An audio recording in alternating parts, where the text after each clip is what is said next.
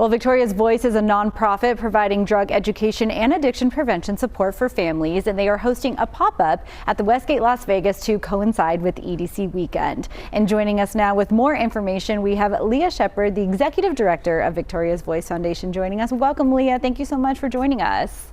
Thank you for having me. Yes, so this is a really important thing that you're doing this weekend, ahead of a big weekend out here with EDC coming up. Tell us a little bit about what's going on over at the Westgate.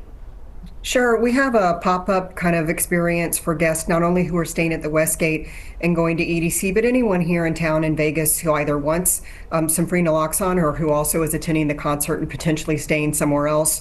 We're giving away, as I mentioned, free doses of Naloxone. We're doing training on how to use it, and it's a nasal spray, so anyone can, and also fentanyl test strips.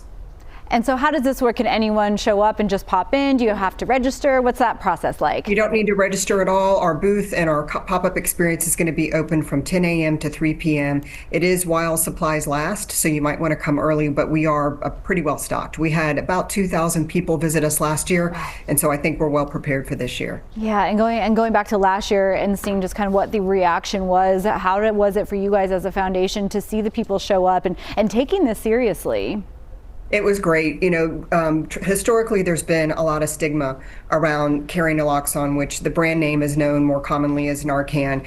People would come by our booth sometime at different giveaways that we would do, either at college promotions or even at military weekends, health fairs, different experiences, and they would say, oh, well, you know, I don't do drugs, my children don't do drugs. And we're now realizing that people realize that this is kind of as important as carrying an EpiPen. It's really prevention. You know, the moms who say my kids don't do drugs, you don't know who might be in the back of your minivan when you're picking up those kids from soccer. So it's really important. We encourage every American to carry some with them at all times. Yeah, really important work that you all are doing through Victoria's Voice. I know the foundation was really built from on a family story right here in Las Vegas. What is the mission? What do you aim to do with the foundation?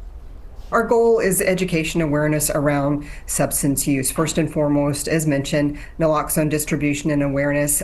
It was approved as an over-the-counter substance from the FDA 3 years ago before you had to have a prescription. So it's really letting people know you can buy it at any grocery store, drugstore, anyone can carry it.